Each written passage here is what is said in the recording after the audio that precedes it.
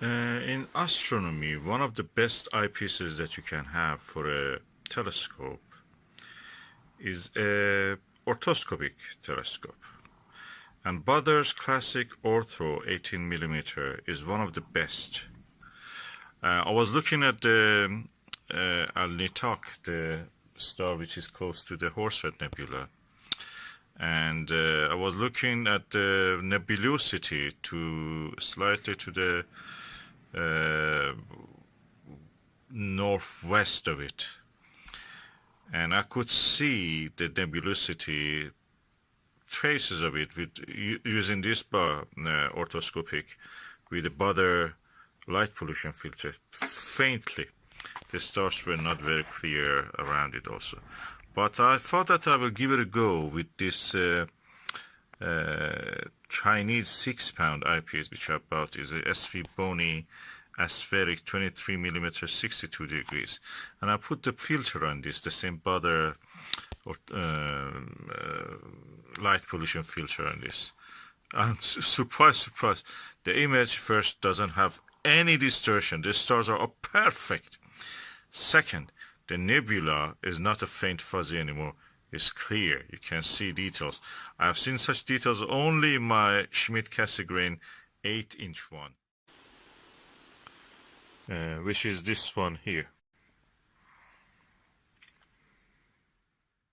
But here I'm just using a Bushnell Voyager family telescope. It's a clone of the Edmond Scientific Astroscan. It's a 4.5-inch telescope, and it's amazing. I can see with this eyepiece what this was faintly were trying to show to me. It snaps to focus. Such a thing only in teleview probably you will see. Aspheric has plastic lens partly inside elements, but the rest of it is glass. 6 pound about it, it worth 10 times more, and I can tell you that probably even more. I tell 10 times more is just not enough. You can say 20 times more is probably like one of those delights or not a, yeah, Nagler probably. It's not 82, it's 62 degrees. Probably is more like delight or definitely better than a Plusle. Okay, I have to correct myself. The Flame Nebula that I was referring is at the northeast. Yes, north, or should I say east-northeast of the Alnita star. That is the dominant star in the near the Horsehead Nebula. Anyway, this is really good. Aspheric is really good eyepiece. There is distortion near the edge. I think that around 30% to 40% near the edge. In this fast telescope, is a very fast telescope, I must say that. It's a 4 or 4.5. Very fast telescope. Although it is very fast telescope, this cheap eyepiece has very clear image in the 60% of the field of view, and near the 40% to 30%, it gets a little bit sometimes, I mean, you see some distortion, seagulling and such things, but it's because the telescope is very fast. It's a reflector, it's very fast, low F number, F ratio, so practically it is expected. If you want to remove those things, you have to use expensive field flatteners and coma correctors. 6 pound doesn't does the whole telescope doesn't worth one of these televiews. No, I'm happy with this. For your information, I'm actually observing from inside the window of our house. The window is not open. I'm looking through the double glaze into the sky. So that's all that you can see. Yes, this telescope setup and the eyepiece and the filter is so effective and so nice. I can watch the stars from within the room without opening the window, on a table and sitting on a chair. It's so comfortable. I can turn this also toward my eye, exactly in a way that I'm looking down to this eyepiece as if. And surprise, surprise, I slept. It's the second time I was sleeping on the eyepiece, so I slept now half an hour, and the other time I think I slept around 2 hours. It's like a pillow you can collect, put it in your lap, and just sleep. I was looking at the Nitak and the Flame Nebula in the Orion belt.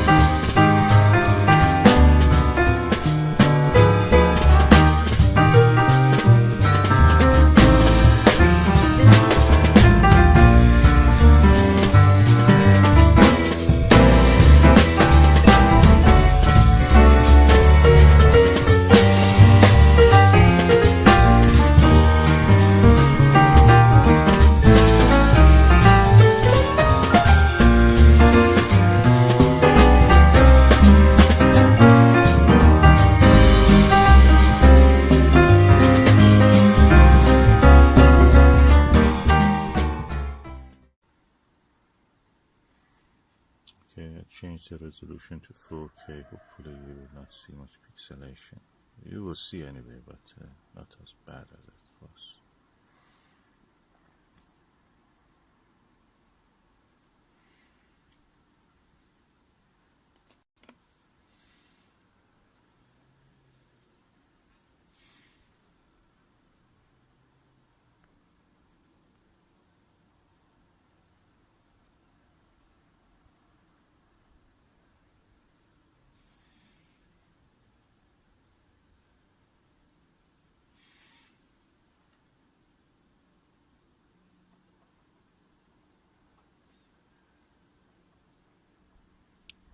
What you see is now passing the center of the picture, hopefully, is what is called as Aristarchus Plateau.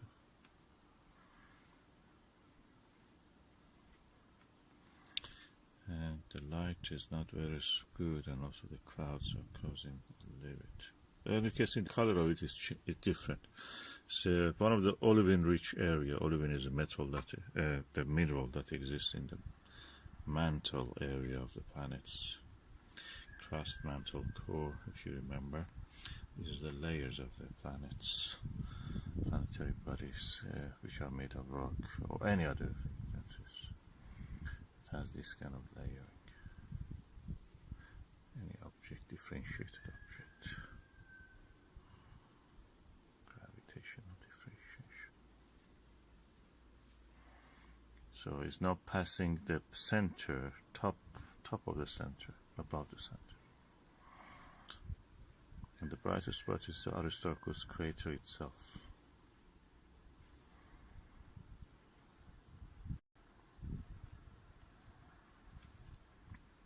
And to the lower part of the image you can see the Reiner Gamma. Oh, suddenly it becomes so clear. Try to bring it to the center. Yeah, it's now right dead center.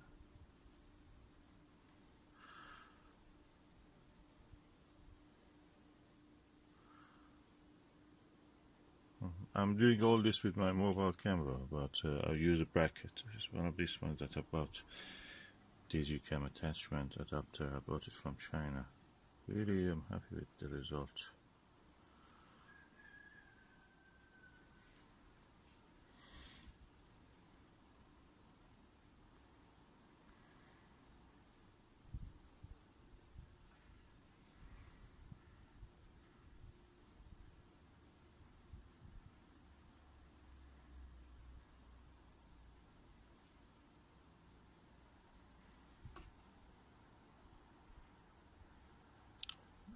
You're looking through the eyepiece directly.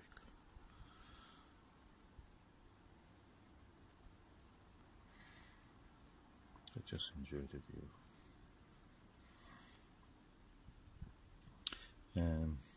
Yeah, good as a map. All these lunar features are created by impact. Circular features are called crater. Well, the craters to me are superficial because what you see is the geological feature like mountains, faults, even faults. I've seen some faults, can you believe it, and some thrust faults and faults. You have to look for them. And as my skill in digiscoping increases, I will try to show you more of these features. Aristarchus again is at 2 o'clock, and at 3 o'clock or 3:30 you can see the tiny dot of the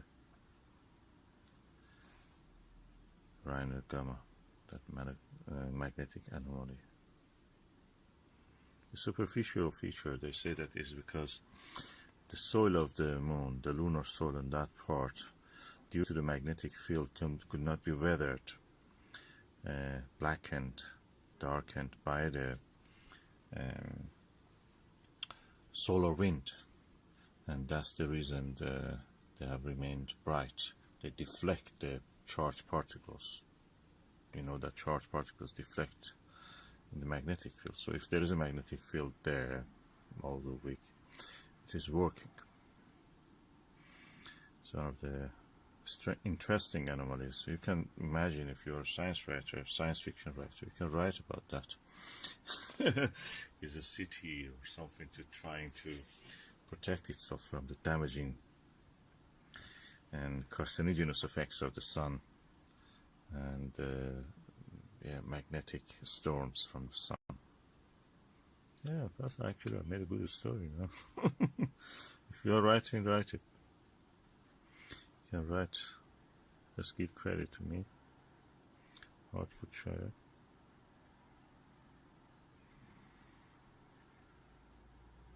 Beautiful, magnificent Caucasus Mountains.